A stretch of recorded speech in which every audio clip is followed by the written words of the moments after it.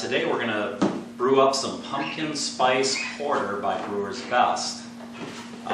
They say this is a seasonal release autumn ale, the perfect companion to the changing season from harvest to holidays. The recipe starts with Breeze CBW porter base extract partnered with caramel, 90L, Cara Brown, and dark chocolate steeping grains. To spice things up, we added cinnamon, allspice, and a hint of ginger. Willamette and Golding hops provide a mild balance in bitterness, and this ale is fermented with Safe Ale SO4 premium yeast.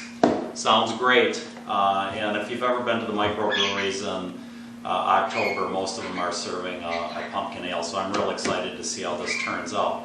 So you're probably asking yourself, well, what comes in the kit? Well, as always, you're going to get the instruction sheet on how to brew it.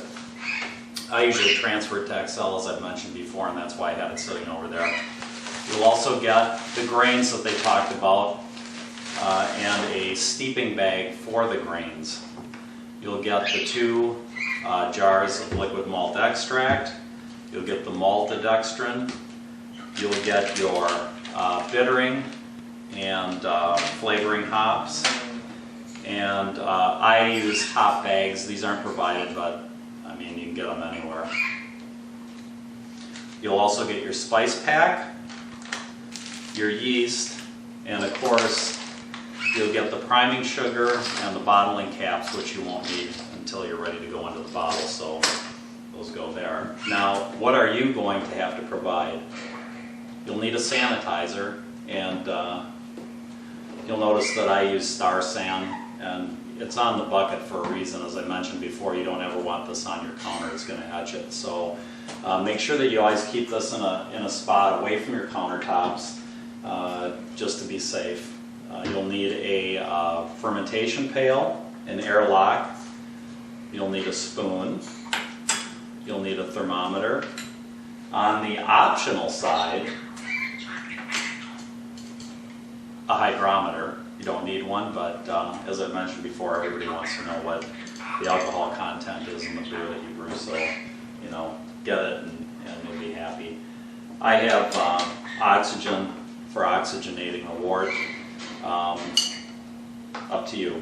That doesn't need to be done that way, but it's nice. And then in the sink I have the wort chiller, and of course on the stove we have the brew kettle.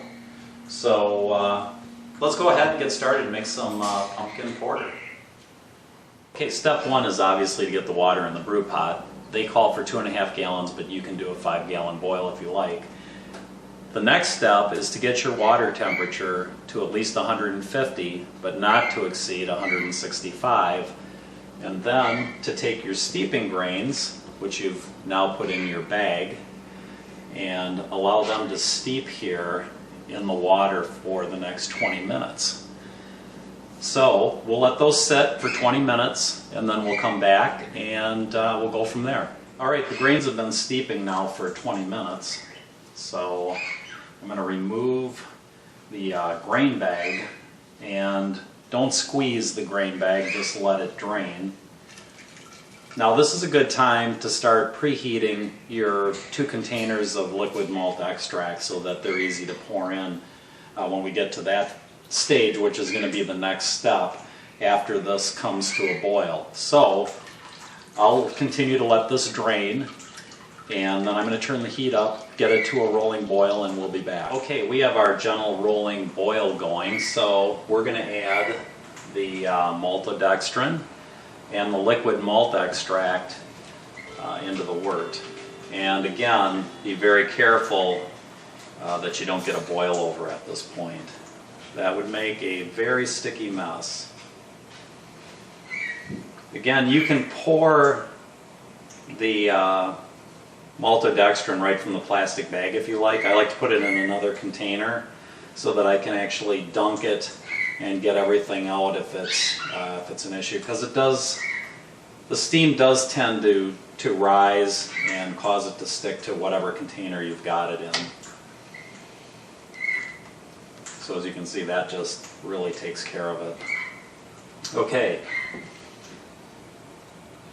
so we'll go ahead now and start to add the liquid malt extract. Again, make sure that you're always stirring it so it doesn't scorch to the bottom.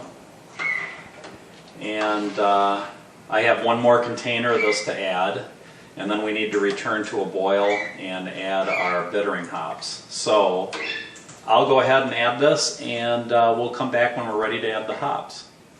Okay, we're back to a gentle rolling boil, and so we're going to add our bittering hops now. And that will start, and you can just drop them in. I have them in a bag, but people sprinkle them in as well. I like to keep the sediment down, so I always use a bag, but whatever you want to do is fine. This will go for 40 minutes now, and about halfway in between I'll drop my wort chiller in, so it obviously gets sanitized during the boil, and then we'll be back with the next step. Completed our 40-minute boil, so now it's time to add the aroma hops, and that will go for a 10-minute boil, and then we'll be back to add the spice pack.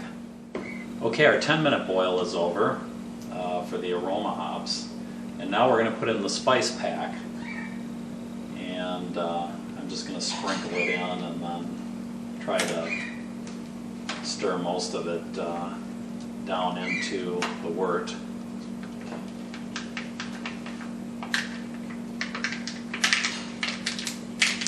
There, I got all of it out.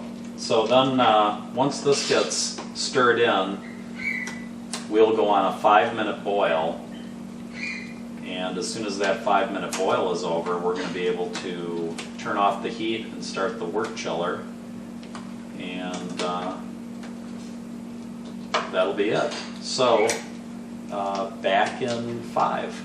Okay, that completes our 5-minute boil on the spice, so we're just going to turn the heat off, and I'm going to start the wort chiller.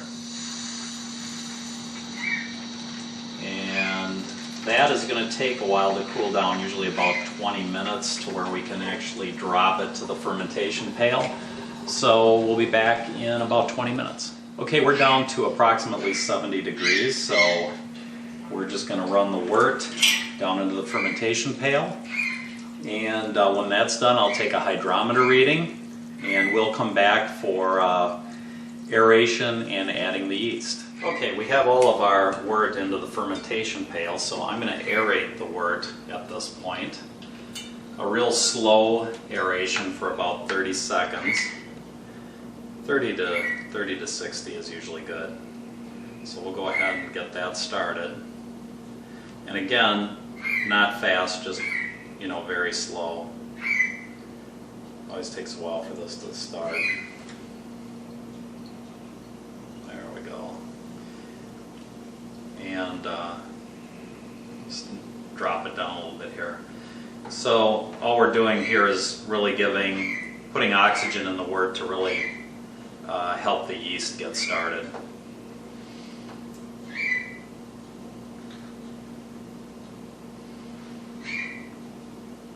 Boy, you can really smell the pumpkin spices.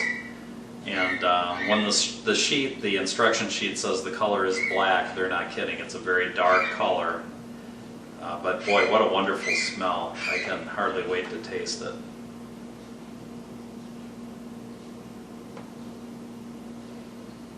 Okay, that's good enough on the aeration. Now I always leave oxygen coming out of my stone so that nothing is working its way back in. And I run it down into the sanitizer. And then I'll turn it off. And the next step is to really just put the yeast in. And in this case, the instructions say to sprinkle it on the wort. So that's exactly what I'm going to do. And just sprinkle it all across the top. And then I'm going to use my spoon, sanitized spoon, to gently push it down in. Sounds like there's a little left in there. Okay, good. So let's go ahead and just gently push the yeast down into the wort.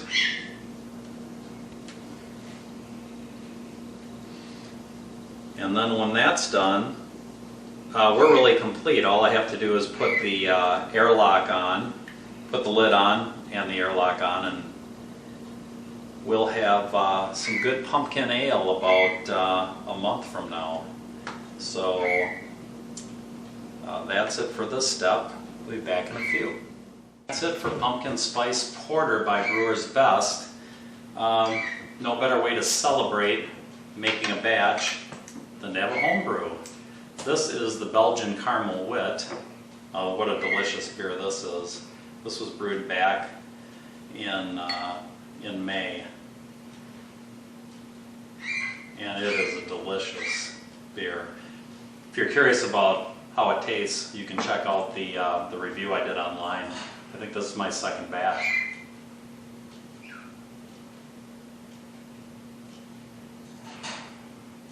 Wow, what a fantastic beer. So in a couple weeks, and by the way, there's a really nice pumpkin smell coming from my landing right now where the fermenter is. So in about a month, we should be able to try it. In the meantime, I do plan on brewing the couch that I talked about earlier. That might be a next week project, or if not, the week after. It just depends on how things fall out here. So anyway, until next time, have a great Brew Day Wednesday, or Home Brew Wednesday, and a great week, and cheers. This has been a Matty Boy presentation. Say bye-bye, Matty. Bye-bye.